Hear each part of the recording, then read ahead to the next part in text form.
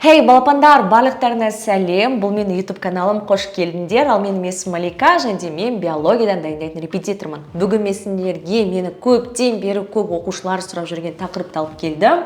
Және ол біз тіс жайында не білуіміз керек, яғни тістің құрылысы жайында болмақ. Мен сабақты бастамастан бұрын алдымен комментарийға жазып кетіңдерші, кім бізде стоматолог болғысы келеді. Мен стоматолог болғым керек деп жазып кетсеңдер болады. Біліп жүрейік, кім стоматолог болғысы келетін, чтобы кейін оларға барып емделу үшін. Хорошо, ендеше бастайық. Ең алдымен тіс жайында айтпастан бұрын мен сендерге бір затты ескертуім керек.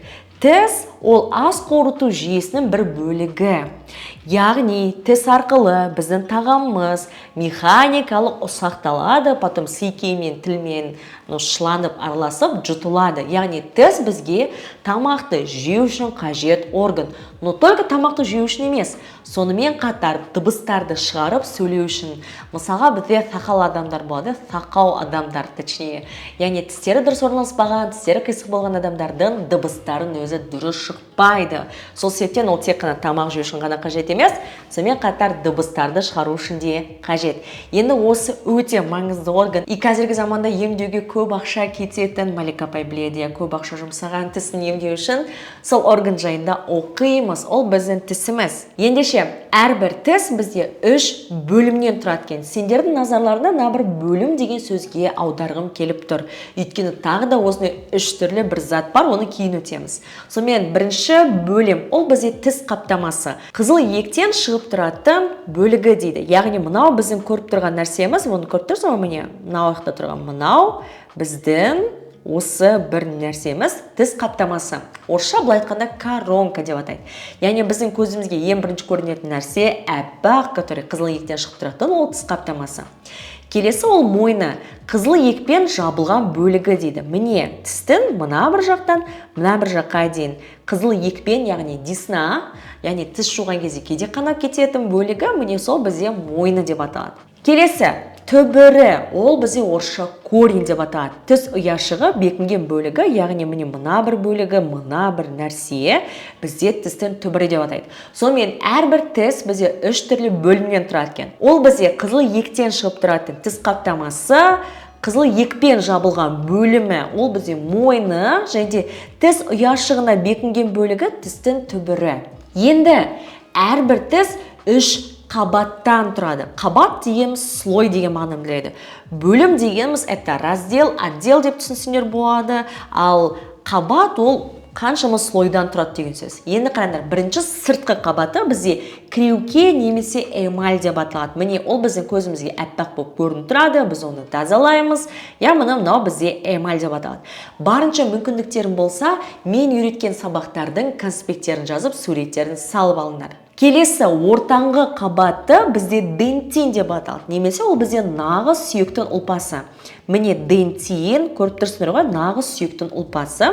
Келесі ең ішкі қабаты тістің жұмсақ ұлпасы деп аталады, немесе ол бізде пульпа. Назар аударыңдар, нені көріп тұрсыңдар? Сендер көріп тұрсыңдар капиллярларды, яғни ол тісті қоректендіреді, тісті өсіреді, одан кейін барып нервы, яғни жүйке жүйесі. Көбілерін, наверное, уже емдеттіңдер тістерді, немесе сендер жақындарын емдетті, тісті нервысын алып тастады, пломба салған кезде деген нәрсені естіген боларсыңдар, Так вот, осы қан тамырлары мен нерв орналасқан бөлігі, яғни жұмсақ бөлігі бізде пульпа деп аталады. Тағы да бір рет қайталақ, 3 түрлі қабат, ол бізде эмаль, дентин және де пульпа. Сонымен тістің жалпы 3 бөлімін, 3 қабатын анықтадық. Ал енді адамның өзінде неше тіс болады және де оның қандай түрлері бар? Яғни немесе типтер деп атасақ болады. Жалпы адамда 2 жақ бар. Ол бізде астыңғы жақ және де үстіңгі жақ. Әр жақта 16 тістен болады, және де барлығының қосындысы 32 болады. Бұл уже ересек адамдікі. Мына бір суретке назар аударатын болсақ, бізге 2 түрлі жақты берген. Үстіңгі и мынау астыңғы жақ. Енді қараңдар. Тістердің бірінші типі кесетін жиегі бар күрек тістер. Яғни күрек тістер дегеніміз міне мына бір А деген әріппен беріліп тұрған бізде күрек тістер. Яғни кесетін жиегі бар дегеніміз осы бізде күрек тістер болып табылады. Олар арқылы біз мысалы қиярды, етті бүйтіп кесіп, нанды кесіп жеуіміз мүмкін.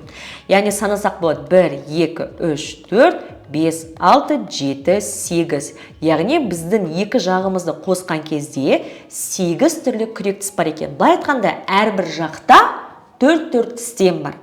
Келесі пішіні үшкірлеу келетін ит тістер, немесе вампирлардың тістері, немесе жануарларға байланысты ит тістер деп атаған, олардың саны 4. Олар бізде мына бір жақта Б әріпімен беріліп тұр. Міне 1, 2, 3, 4. Міне 4 түрлі тіс бар. Енді ол адамдарда, мысалы қаттамаған, сиырларда вообще бұл тіс жоқ. Бұл көбінесе жыртқыш жануарлар дамыған. Не үшін қажет екенін не так түсінше, жыртқыштарын алған кезде прям веналарын, тамырларын тесіп тастап, өздерінің жемтіктерін өлтіру үшін. Келесі кіші азу тістері. Олардың саны 8. Кіші азу тістері мына бізде В әріпімен беріліп тұр. Міне 1, 2, 3, 4. 1, 2, 3, 4. Олар бізге шайнау үшін қажет. Біз тістеп жұлған затымызды шайнап, ұнтақтап, даже жұтуымыз керек. Дәл сондай қызмет атқаратын тағы да бір тіс. Ол бізде үлкен азу тістері, олардың саны вообще 12. Міне қараңдар, мына жақта 3, мына жақта 3, яғни үстіңгі жақта 6 болса, автоматом астыңғы жақта 6 болады. Неге мен мына жақта үстіңгі жақта, астыңғы жақта деп айтып жатырмын? ұбт-да міндетті түрде шатастыратын сұрақтар болады. Үстіңгі жақтың оң жағында неше тіс орналасады? Үстіңгі жақтың сол жағында неше тіс орналасады? Мысалға, үстіңгі жақтың оң жағында кіші азу тістердің саны деген тәрізді. Сондықтан да міндетті түрде осы суретті салып, тістердің формасын салып, сандарын жазып қойыңдар. Енді біздің қарастырған тістердің типі үлкен кісілерде болды. Біз бәріміз білеміз, кішкентай бала туылған кезде бірдеңен өзінің отсека жарқыраған тісімен туылмайды. Ода вообще тіс жоқ болады. Сонда кішкентай балалардың тістері қашан пайда болады? Алғашқы тістер 6-9 айында шыға бастайды. Және 3 жасқа толғанға дейін толық шығып бітеткен. 3 жасқа толғанға дейін бізде кішкентай бала молочный зубы дейді ғой, сүт тістері толығымен шығып бітеді. И осы 3 жасқа дейін шыққан тістердің барлығын сүт тістері деп атайды.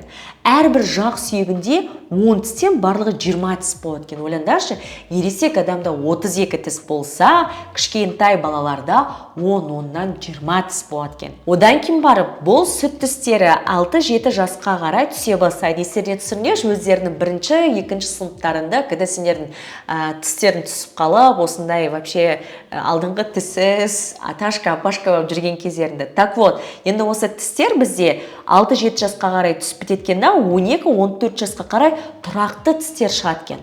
Тұрақты тістердің резерві болады, және де олар мына бір суреттегідей берген. Это просто страшно, қараңдар. Қараңдар, тістердің резервтері қалай сақталады бізде, и олар кейін жылжып, мына жақтағы тісті түсіріп, соның орнына шығады екен, как будто бір реально өсімдік өсіп шыққан сияқты. Но мен мына жақта көп адам адасатын затты айтып кетейін. Бұндай резерв өмірде бір-ақ рет беріледі. Яғни мен даже сондай сауатсыз ата-аналарды көрдім, которые баласының тісін жылтыстап, тісі кейін өсіп кетеді деген тәрізді. Жоқ, өспейді ол тіс. Тіс бір-ақ рет түседі, бір-ақ рет шығады, болды. Кейін ол тісті жұлып тастасаң, орнына тіс өспейді. Сол себептен сен там стоматологқа барып, миллиондаған ақша толып, уже имплант салу керексің. Так что балапандар өздерінің тістерін сақтаңдар, және де ата-аналармен тұрғанда тістерін емдетіп алыңдар, кейін мен сияқты үлкен болғанда өте көп ақша құртатын боласың тістеріне. И қараңдар, ең соңғы азу тістері, яғни біздің ең соңғы қатарда тұрған азу тістері 18-20 жаста, кейде одан да кейін шығады, оларды бізде ақыл тістер деп атайды.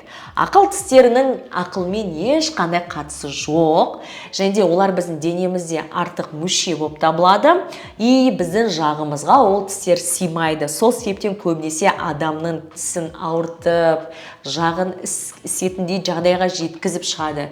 И оларды постоянно жұлып тастайды. Мысалға, мен тісіме брекет салдырмастан бұрын 4 жақтағы 4 түрлі ең соңғы азу тістерімді, яғни ақыл тістерім толық шығып біткенде, оларды жұлып тастадым.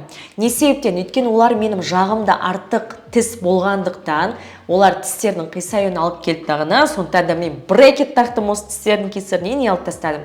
Бұрындары бұл тістер бізге жақсылап шикі етті шайнау үшін қажет болған. Ал эволюция өте мыңдаған жылдарда адамдар уже шикі етті жемейтін болды, олар піскен дәмді жұмсақ тағамдар жейтін болды. Сол себептен бұл тіс біздің денемізде артық мүше болып қалды. Және де оның последствиясы жаман, өйткені тезірек алып тастамаса, біріншіден ол ауыртады өте қатты, екіншіден тістердің қатар жақтарын қисайтады, сосын адамға брекет табуға тура келеді. Бірақ та кейбір адамдардың жақтарының сыйымдылығы нормальный, и кейбір адамдарға олардың ақыл тістері мешать етпейді. Бұл әркімде индивидуально болады.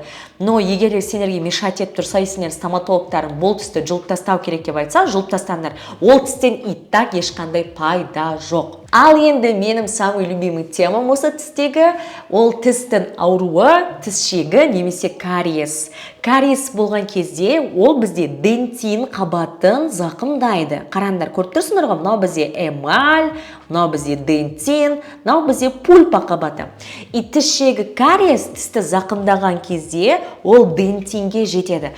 Но мына енді білмейтін адамдар үшін кетен тісі құрттап кетті деп айтады. Тісі құрттап кетті, көп тәтті жеді деген тәрізді. Мен сендерге айтып берейін.